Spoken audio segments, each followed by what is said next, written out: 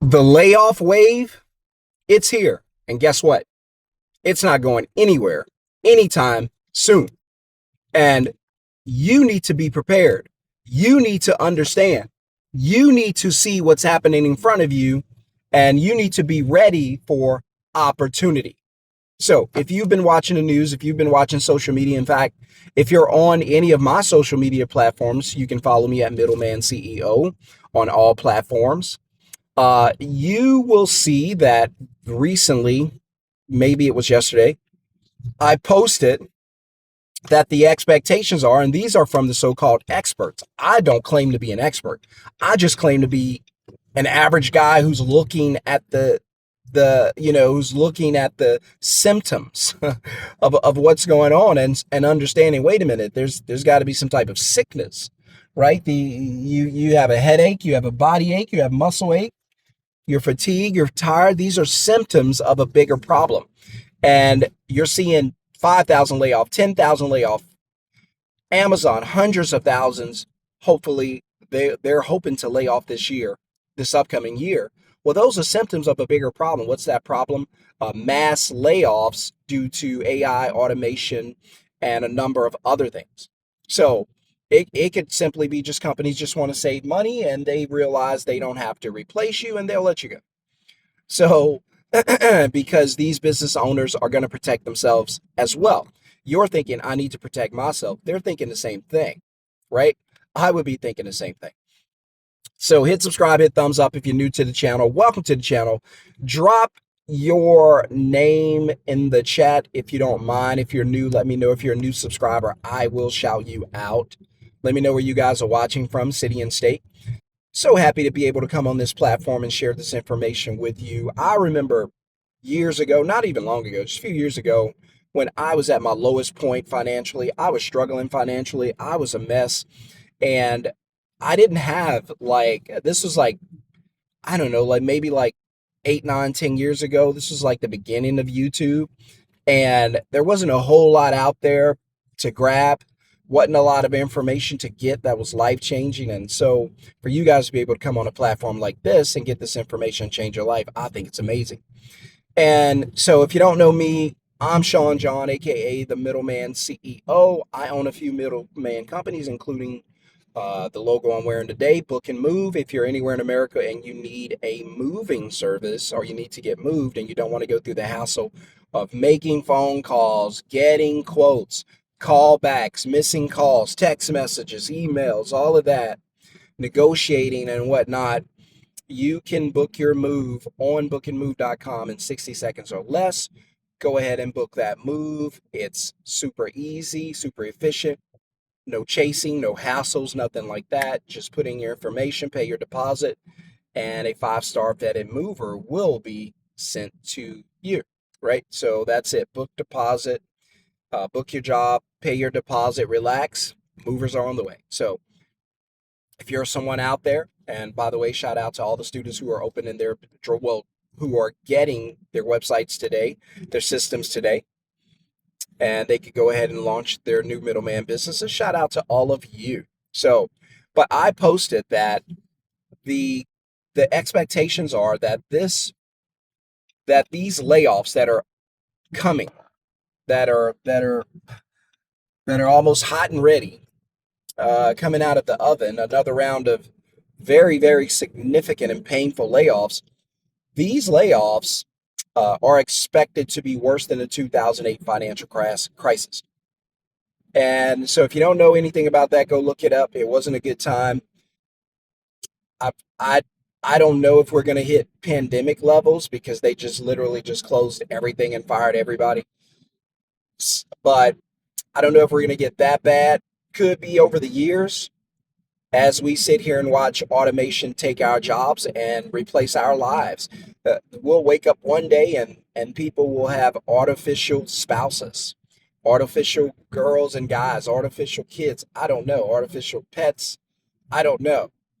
But the thing that kind of makes me nervous about AI is that it never stops learning.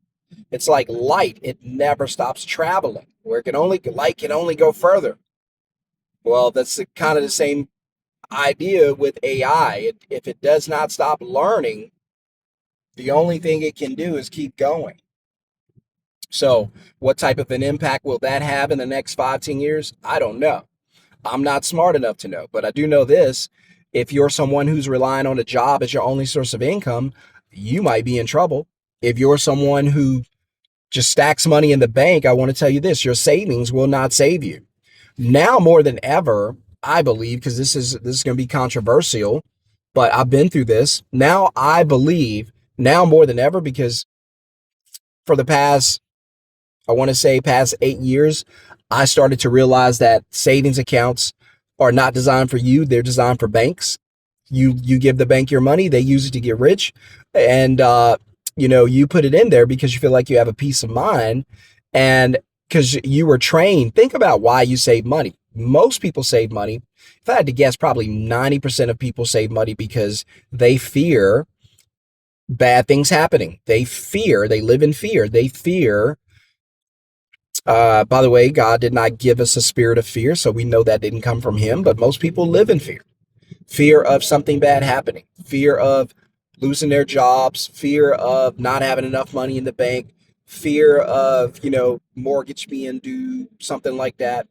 So people live in fear. We call them rainy days and emergencies, right? What do people tell you? Always have enough money in the bank for rainy days and emergencies. And a couple things I learned because I tried that. I saved some money. I lost my job. Bam. It was a rainy day. It was an emergency. You better believe it, because I had a kid, 2 kids. And that rainy day and that emergency came. And then guess what? I blew through all of that money. It wasn't a lot, but that money was gone. And then I realized, wait, this money doesn't just come back.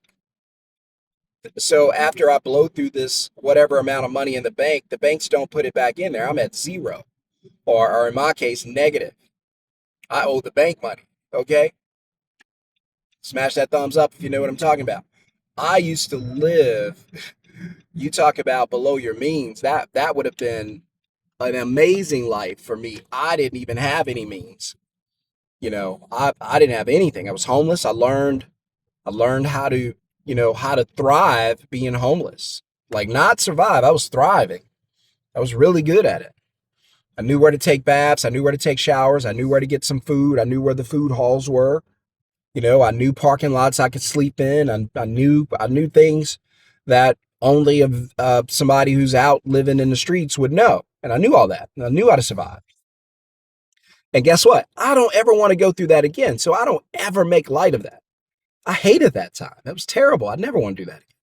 I'd much rather have money, enjoy my life, do things I want to do, and make money while I do it. That's a better life. And so if your bank account is supposed to protect you, it's not. If it's doing anything, it's slowing you down. It's impeding your progress. It's keeping you trapped. Why? Because it's keeping you comfortable. You look at your bank account, you see some dollars in your bank account, some dollars and cents, and then you say, all right, I'm protected if something bad happens. And then what does that do for you? Nothing. Because you let your guard down, you feel like you're protected, you have it hedged. And so you're like, I'm good. If my job fires me, I'll rely on this bank account and get another job. And that's the worst way you can think right now, because there are no other jobs. If you get laid off, that's it. You're laid off. Well, what do I do? Well, you better find a way to create some income without having to go to work. Well, where do I get the money to do that? There you go. See, questions are the answers. The bank account you've been holding on to, waiting for bad things to happen. Why not use it for good things? See, you can do it. It's not against the law. You can do it. You can very easily use the money you have in your bank account to help you instead of hurt you. It hurts you because you leave it there and you don't understand money is a tool, not a trophy. You don't just sit there and look at it. You actually use it. That's the best way to use money, is to use it. There you go. And so you sit there, you leave the money piled in your bank account.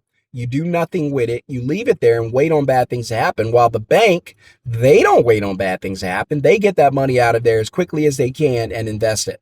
Well, you should be doing what the banks do, not what they tell you to do. The banks tell you to save for rainy days and emergencies. The banks don't save for rainy days or emergencies. By the way, if you want to learn how to start your own middleman business, go to middlemanceo.com, get the free training blueprint. You'll find it over there. So layoffs can be devastating. or they could be massive opportunities. Money in the bank could be devastating if you just leave it there and wait on bad things to happen, or it could be a massive opportunity to use the money to make more money. So, but the layoffs are not slowing down. Your savings account, it won't save you. It'll just prolong your suffering because you'll be sitting there waiting on these terrible things to happen, and eventually they'll happen. So companies are cutting staff. They're transitioning to automation. Jobs not safe. Savings won't save you. Layoffs should equal massive opportunities in your mindset, but for most of you, it doesn't. So, but here's what I do know. This is only the beginning. You're going to see massive, massive waves of layoffs around America very soon. It's probably going to happen to you if you have a job that could be replaced by AI. Now, how do you protect yourself? Here's what I know. You're either going to own the system or be owned by the system. My advice, own the system. You're going to own it or you're going to be owned by it. Own it or be owned by it. But here's what I do know. I do know that businesses need customers. I know that. I know customers need service providers. I know that. I know it's better to own the system than to be owned by the system. I know that. I know that it's better to have multiple sources of income than to rely on one source of income, especially when it's a paycheck from a job. I know that. I know hard times are still coming. I know that. I know mass layoffs are everywhere and gonna be everywhere very soon. It's only gonna get worse. And I know that probably the safest industries right now are physical labor industries or skilled labor industries like your roofing, your plumbing, your heating and AC, your windows, your vehicle tint, vehicle detail, your moving, home cleaning, pest control, things like that. Website design. These are things that can be done and are things that have to be done. And if you can create a system, we can create it for you. But if you can own a system that does that for you. So for instance, my system, one of my companies, Book and Move, we book moving customers. We take a deposit for ourselves. We dispatch the work. We typically take $150 or more per customer deposit.